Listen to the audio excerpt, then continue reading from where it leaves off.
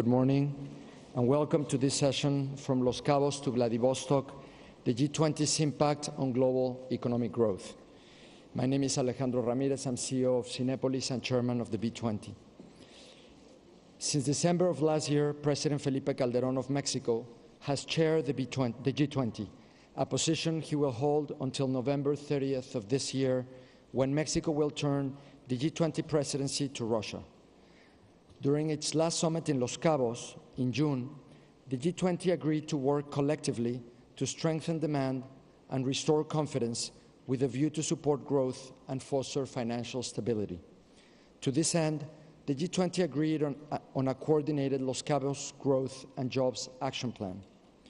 One of the hallmarks of President Calderón's presidency of the G20 has been his openness to listen to the views of the business community and his conviction that business and governments working together can better solve some of the most pressing global challenges. For the past year, the G20 and its business counterpart, the B20, have been working together on critical issues, many of which were put for the first time on the G20 agenda by President Calderón, like green growth and financial inclusion, and some others like food security, employment, and anti-corruption, in which both the private and the public sector have key roles to play. One of the legacies of President Calderón to the G20 will no doubt be his emphasis on accountability and follow-up to past G20 commitments. Through his leadership, the G20 agreed to establish a Los Cabos Accountability Assessment Framework that establishes the procedures to report on progress in implementing policy commitments. As this may be one of President Calderón's last international business summits as President of Mexico, I'd like to take this opportunity to thank him for being such a good friend of the international business community and for his consistent support of policies that are so central to economic growth, like freer trade and investment. Please join me in welcoming His Excellency President Felipe Calderón Hinojosa of Mexico.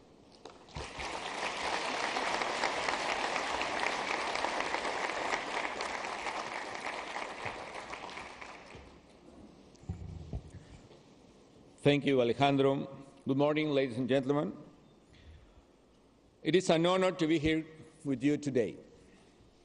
I want to take this opportunity to explain what we have done during the Mexican G20 presidency, what has been achieved so far, and what can we expect as we move towards the Russian presidency. Mexico is the first Latin American nation and the second emerging economy to chair the G20. We accepted this responsibility in a world with significant financial problems, as you know. It was essential to act quickly, make progress, and deliver results. To develop our agenda and reinforce the credibility of the G20, we made a major effort to foster dialogue between members of the group and to engage non-G20 countries, as well as business representatives, academics, civil society leaders, unions, and the young. First of all, I have to say that Mexico has had its own share of economic adversity. In past decades, my country suffered several economic crises. But we learned from these experiences and mistakes and built a resilient economy with strong foundations. Like many countries, we went through the worst part of the financial crisis 3 years ago. As an export-led economy, our performance relies on our trade partners. When American imports fell, our GDP shrunk more than 10% 2 quarters in a row in 2009. Nevertheless, Mexico faced this challenge with determination. We implemented counter-cyclical measures to save jobs and keep our industries afloat. We also increased government transfer to the poorest and established a temporary jobs program. But we knew that these counter-cyclical measures had to be short-lived. We put in place an exit strategy to reduce our fiscal deficit. This included increasing tax revenues, reducing public expenditures, promoting structural reforms, an aggressive deregulation program, and trade liberalization. We also reduced tariffs and ratified our free trade agreements. We have free trade agreements with more than 40 nations, and that implies that Mexico is able to sell its products to more than 1 billion consumers around the world. And we even increase investment in both infrastructure projects and technological education to boost our competitiveness. Today, in Mexico, there are 130,000 new engineers and technicians every single year. These efforts have paid off. Today, Mexico has its public finances in order, with a fiscal deficit of less than 1% of GDP. We have an all-time record in foreign reserves, $160 billion, more than twice our total foreign debt. Exports are booming, and we have gained competitiveness in several high-value sectors like the automotive industry. In 2006, for instance, we were the 9th largest exporter of cars in the world. We are the 4th. 2 days ago, we announced a new investment in a new plant facility of Audi in Mexico, the first of this enterprise in the whole continent of America, an investment of more than $1.3 billion in our country.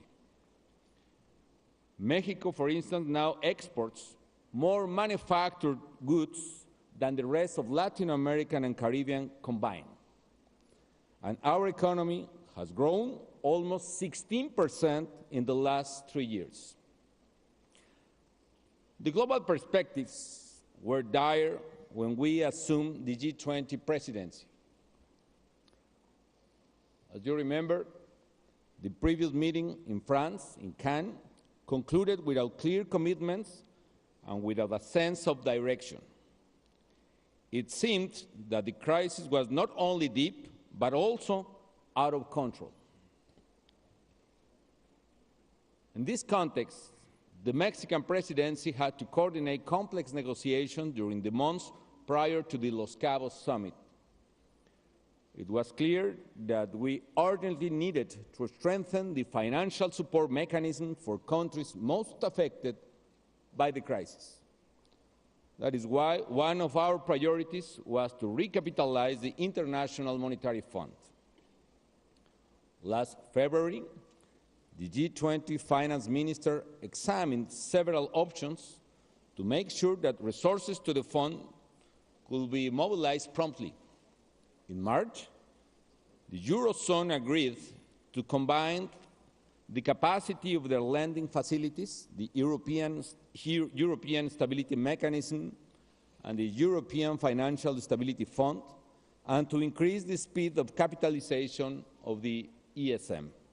And last April, G20 finance ministers and central bankers agreed to a broad international effort to strengthen the IMF. Finalizing the G20 agenda requires several ministerial meetings to address problems and implement proper policy initiatives on issues that went beyond just the economic crisis. Some of these issues included trade liberalization, job creation, and financial inclusion.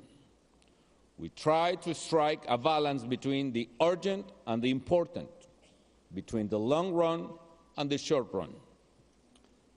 This is how things stood as the summit in Los Cabos began. There, we work in three areas. First, we propose macroeconomic and structural policies to solve out our short-term problems in the world. Second, the countries promoted policies to guarantee strong growth in the medium and long term. And third, we incorporated environmental sustainability and access to affordable basic goods as key policies. One of the most important outcomes of Los Cabos was that at a time when there were serious doubts about the euro's viability, all G20 members agreed to support measures that will strengthen European integration in areas such as fiscal policy, banking system, and regulatory frameworks in the whole area.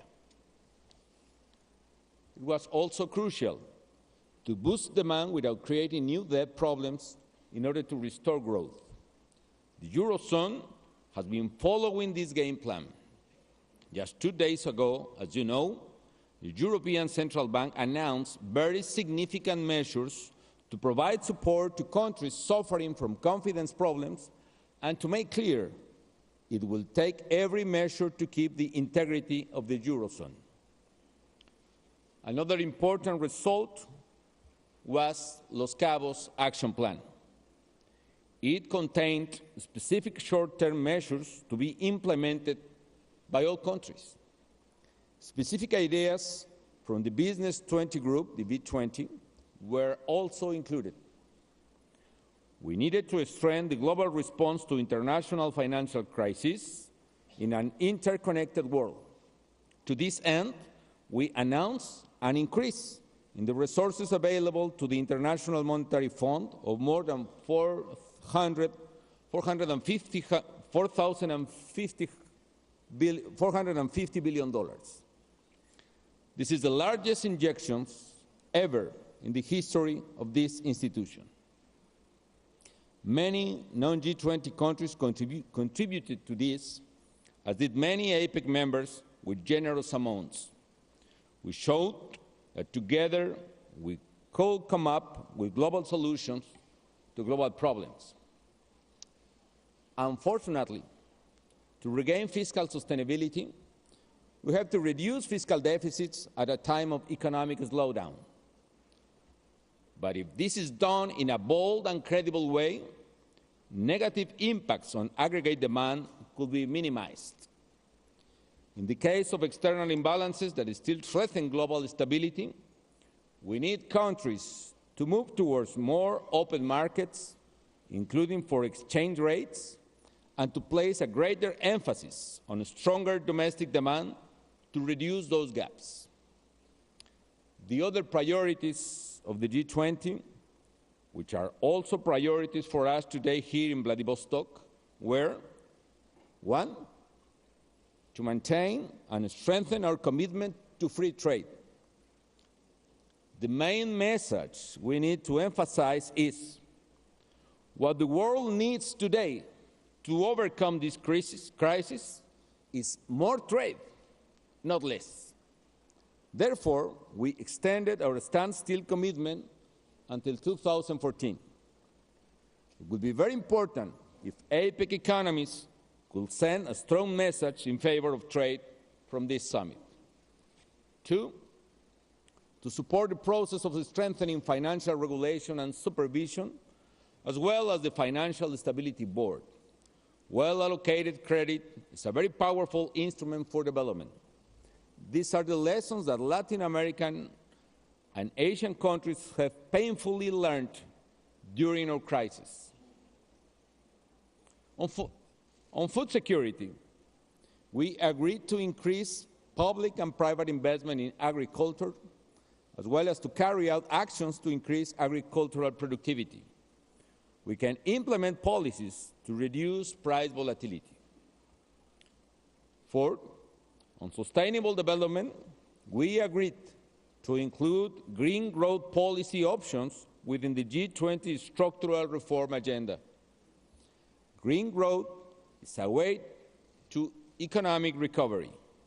APEC economies have an important role to play both in financing and in creating awareness around the climate change problems and solutions in the way of the green growth path. All of these actions are significant steps to reach our common objective of a strong, sustainable, and balanced growth. The road ahead. Dear friends, it is clear that the global economy continues to face important challenges. However, the international economic outlook has improved a lot. The balance of risk has changed in our favor. Let's see. 1 year ago, the Cannes summit was interrupted several times to discuss the possibility of Greece leaving the Eurozone. That discussion is over, and Greece is no longer a pressing issue. Countries with liquidity problems, like Spain and Italy, have implemented structural adjustments, and European and international institutions have taken critical measures, such as building a strong and credible firewall. The G20 summit, in that sense, in Los Cabos, appears to have been a turning point. The long road to recovery is now clear, and with committed leadership, I'm confident a new period of global growth will begin very soon. The advances we have made this year make it clear that dialogue and cooperation are the best way forward. The Mexican presidency of the G20 will continue working to strengthen the world's confidence in this forum's capacity to address pressing problems. As investors start to believe, as consumers start to believe, we will be on the road to a strong and sustained recovery. We are pleased that Russia will assume the G20 presidency next December after hosting this successful APEC summit. We are sure that this great country will live up to these responsibilities by leading global efforts to restore growth and create jobs. And Mexico will continue to be a loyal and committed ally in the effort to build and maintain our people's prosperity. Thank you for your attention.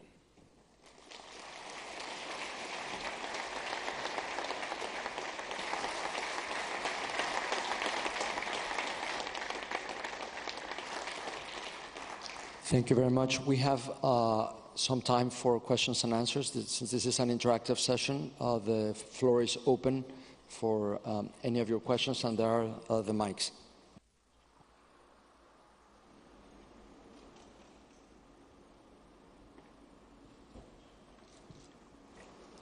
Yes, in the back, the gentleman. Presidente Calderón, Luis Villegas de Colombia. Quisiera su opinión sobre la nueva iniciativa del Arco del Pacífico de México, Chile, Perú y Colombia. ¿Cuál es su visión sobre ese nuevo hecho económico y político de América Latina? Gracias. Contesto brevemente en español. Yo creo que es una de las iniciativas más importantes de comercio e integración económica, y yo diría también de solidaridad política en Latinoamérica en los últimos años. I think it's one of the most important efforts in order to strengthen the economic and commercial integration between Latin American countries. The Pacific Alliance made between Mexico, Colombia, Peru, and Chile has a tremendous potential in the area. As I was saying, Mexico only exports more manufactures than the rest of all Latin American and Caribbean countries combined. So you can imagine the potential of this new commercial area. Now, we are advancing really fast in that integration. We are organizing several meetings in the year. Actually, we organized probably the first virtual meeting through internet, at least in our region, some months ago. And we are exploring not only economic and commercial issues, but also how to integrate, for instance, our stock exchange markets between the 4 countries. So we are establishing a common platform for investment, trade, economic growth, and of course, at the same time, we are establishing a common floor for the political perspective. And the Pacific Alliance will be a very strong platform in order to conquest, in order to advance in the integration of the trade of the whole Pacific Sea. That initiative is in addition of other initiatives. For instance, Mexico started and now is part of the negotiation of the TPP, the Trans-Pacific Partnership. And in that sense, we are making a big and bold decision in favor of the future. If we explore where the economic growth is going to be in this decade, clearly the economic growth will be here in the Pacific Sea. And we have the privilege as Latin American countries to share the Pacific Sea. And that is the key issue of our alliance.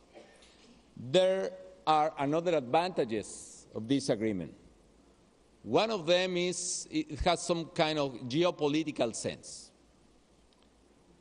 We know, for instance, that Mercosur is an economic initiative, but also it has a lot of political sense. Well, in that sense, the whole activity of our 4 countries in the Pacific Alliance, our exports, our investment is bigger right now than the investment and export of the Mercosur countries. And in that sense, we are advancing even faster in terms of integration. We are reducing tariffs. We are establishing more commitments in terms to open the trade between us, and that will be a clear advantage. In few words, for me, the Pacific Alliance is a strategic step in order to foster economic growth and prosperity for the countries in Latin America which share the Pacific Sea. And I hope that in the future we can receive another members like Panama or Costa Rica, which are very interested on that.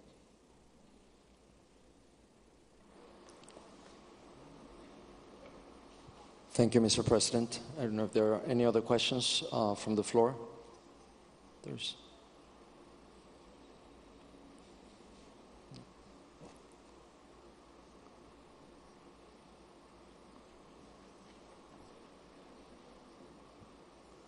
That's great. But I think that everything is absolutely clear.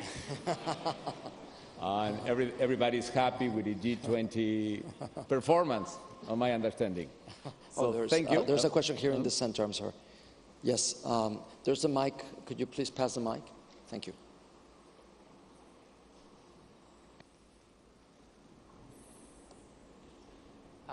Thank you, Mr. President.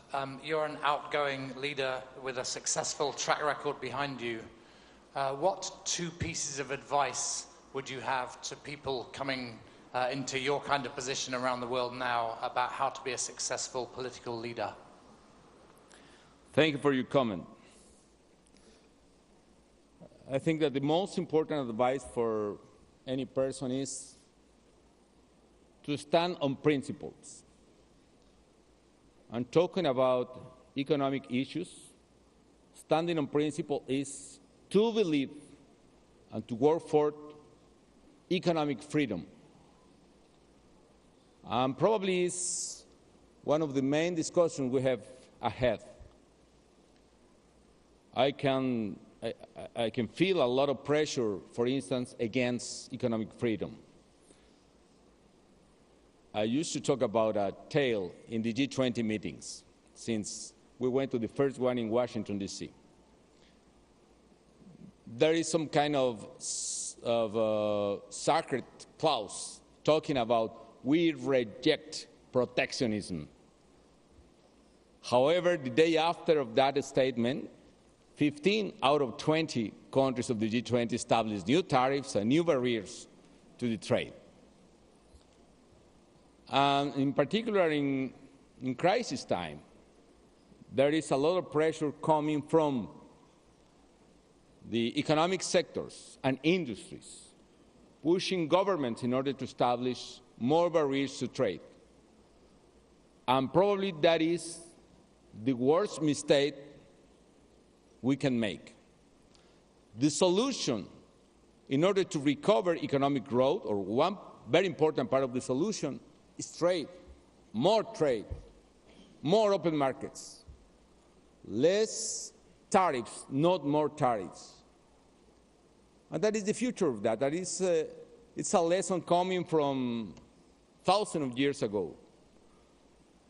The man started to prosper with trade. And that is the only way in which we can overcome this crisis. And the second, standing on principles, the same. We must to believe and support freedom and democracy in any point of the world. Probably we in Latin America, we did believe in some moment, probably 12 or 15 years ago, that democracy arrived, that was the end of the story. And that is not true. We need to stand for democracy and for freedom. We need to fight for them every single day.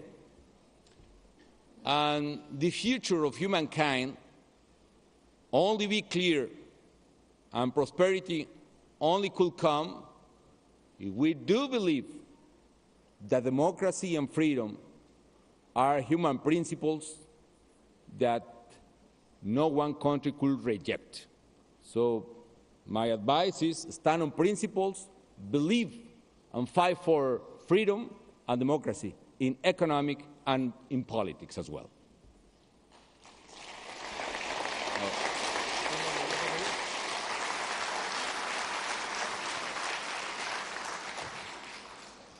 Here in the middle, please. Okay, Your Excellency, I am a student from Peking University, China, so I'm really interested in the food security. And I know you've just addressing this gentleman's question, you talk about the open market. And I'm wondering, what's the impact of maybe the potential open market what's the impact of the open market to the Mexico domestic food market? So I wanted to hear your opinion on that. And the second thing is, since we know that Mexico has hosted the G20 summit, and I'm wondering what's Mexico's definition of itself in the G20? Thank you. What is the second question? Excuse me. Can you repeat again? What's Mexico's definition of itself? What's the role it's going to play in the G20? So thank you. Well, talking about the first, I do believe in trade. And the benefits of trade, not only in a textbook, but also in reality is trade provides benefits for consumers and provides benefits for producers as well. We need to defeat that idea that only exports are good and imports are bad. Trade is good, either export or imports, especially today. Why trade provides benefit for consumers? Because it's the only way in which you can get the best price and the best quality for any single product, in particular for food. Today, we have some kind of a scarcity in the food market.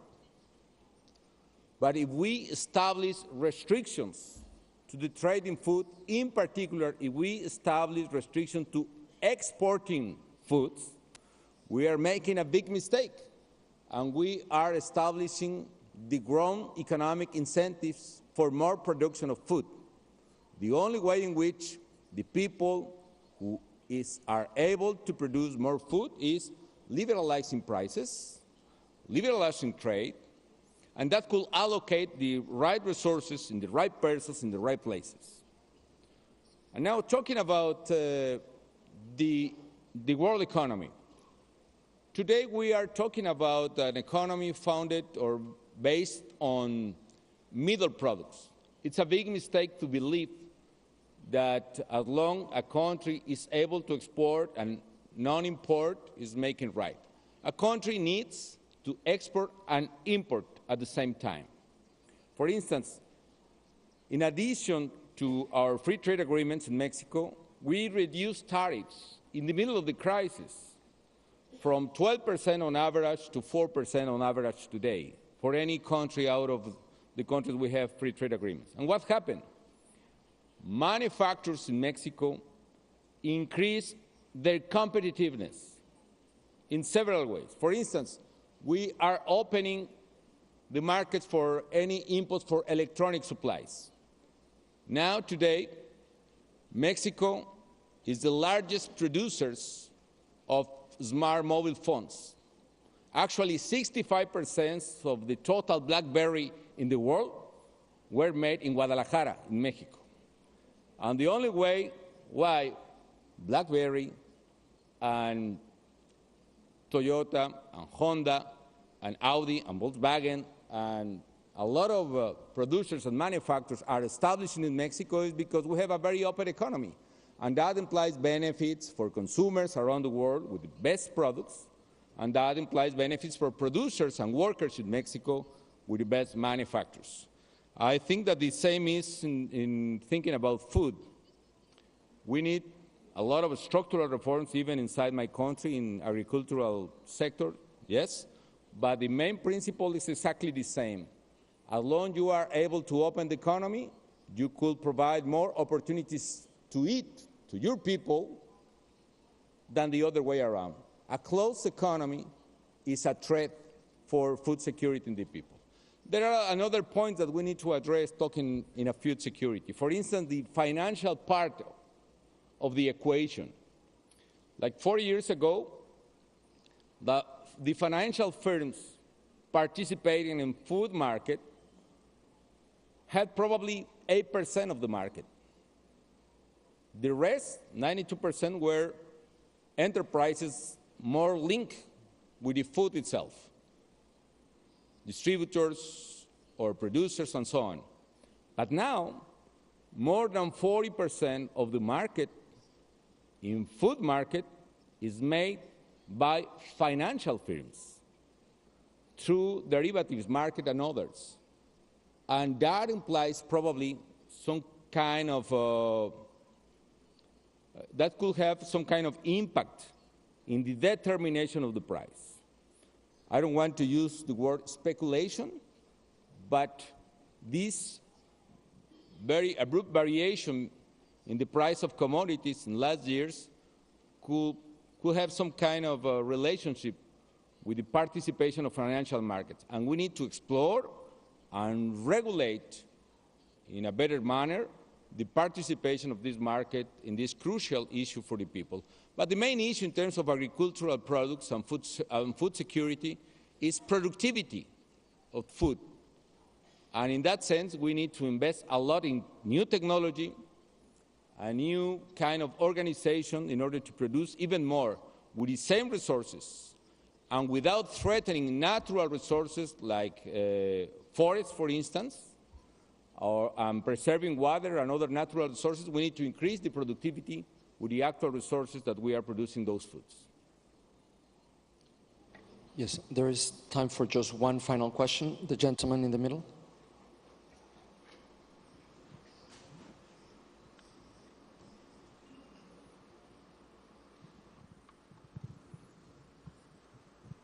Thank you, Mr. President. I'm Vyacheslav Nikonov, member of the Russian Duma. You made a very strong statement about the principles of free trade, democratization for your country. But it looks like that the continent of Latin America is moving in a somewhat different direction. They're electing very left-wing governments, which are protectionist, sometimes nationalist.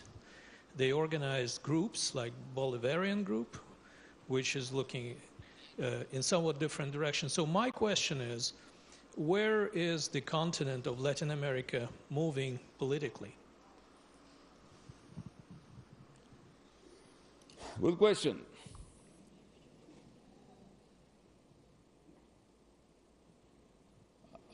Some years ago, I told in Davos that Latin America had a struggle between the past and the future. In economic terms, what is the past? The past is closed economies. The past is protectionism. The past is nationalism and expropriation of foreign industry, for instance. And what is the future? The future is freedom. The future is trade. The future is investment, national and foreign investment, global investment. And that means prosperity. And the same in political terms. What is the past in political terms? The past is authoritarianism, either rightist dictatorship or leftist dictatorship. For me, it's the same dictatorship coming from the left or coming from the right. It's the same problem. It's a problem of lack of freedom. It's a problem of lack of democracy. It's a problem of lack of human rights. And we have suffered, and actually we are suffering still, some authoritarian regimes in the country. The future in politics is democracy. It's freedom. Press freedom, freedom for meeting, human rights. And today, Latin America is struggling exactly between the past and the future. And that battle is inside each country. There will be elections very soon in some countries, for instance, in Venezuela next month. There was some kind of change of regime recently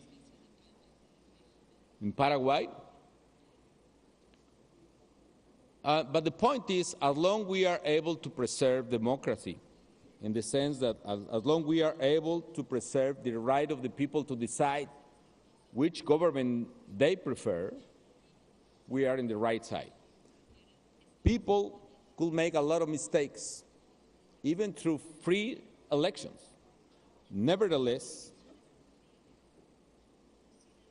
the people of one country only can learn what could be the right direction through democracy. I don't believe in authoritarian solution.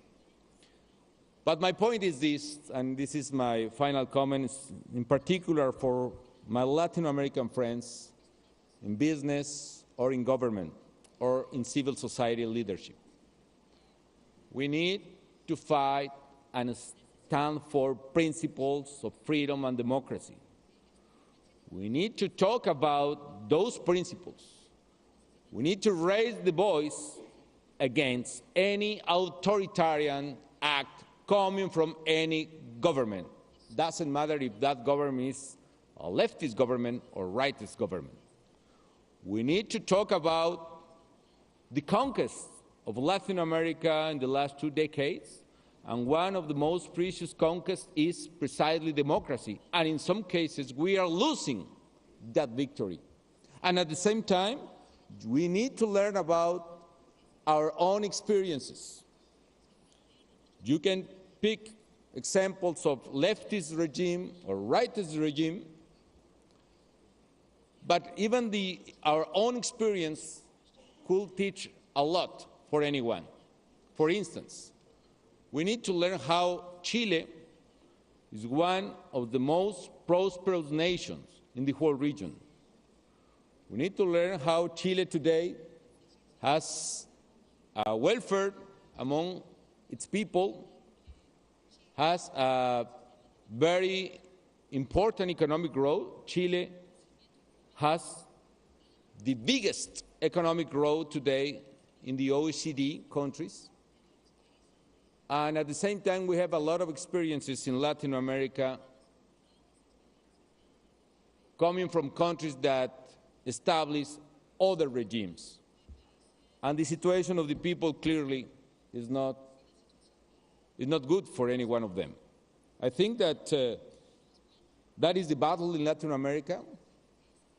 It's not clear what could be the final decision of Latin American people, but what is a fact is that we reach in one moment, at least in most of the countries of the region, democracy and free economies, and we are losing those spaces in several countries in a different grade and different perspective. That is not good news for Latin America. In the future, we, the leaders, and you, the businessmen, and any serious participant in civil society, we need to come together and raise our voices in order to push forward again the principles in which we do believe. So that it could be my idea, but I hope that Latin America will be a free continent, a free region, sooner or later, and I do prefer sooner because the people demand and deserve that very soon. So thank you, all of you, for your questions. Thank you very much.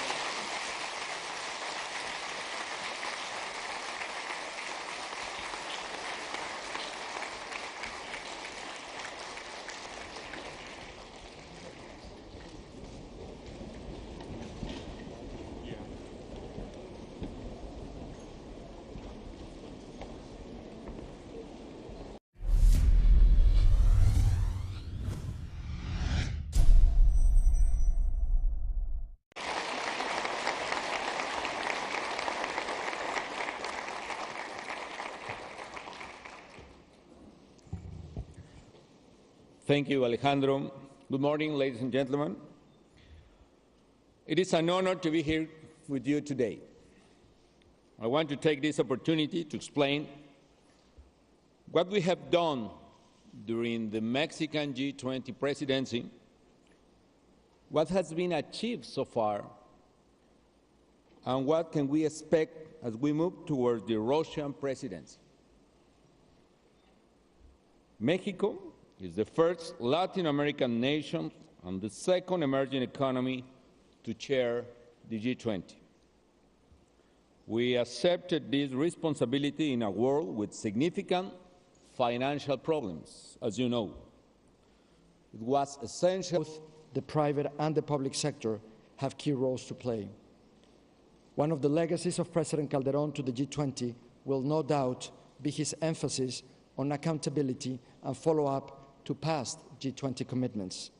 Through his leadership, the G20 agreed to establish a Los Cabos Accountability Assessment Framework that establishes the procedures to report on progress in implementing policy commitments. As this may be one of President Calderón's last international business summits as President of Mexico, I'd like to take this opportunity to thank him for being such a good friend of the international business community and for his consistent support of policies that are so central to economic growth, like freer trade and investment. Please join me in welcoming His Excellency, President Felipe Calderón Hinojosa of Mexico. During its last summit in Los Cabos in June, the G20 agreed to work collectively to strengthen demand and restore confidence with a view to support growth and foster financial stability. To this end, the G20 agreed on a coordinated Los Cabos Growth and Jobs Action Plan. One of the hallmarks of President Calderón's presidency of the G20 has been his openness to listen to the views of the business community and his conviction that business and governments working together can better solve some of the most pressing global challenges. For the past year, the G20 and its business counterpart, the B20, have been working together on critical issues, many of which were put for the first time on the G20 agenda by President Calderón, like green growth and financial inclusion, and some others like food security, employment, and anti-corruption, in which both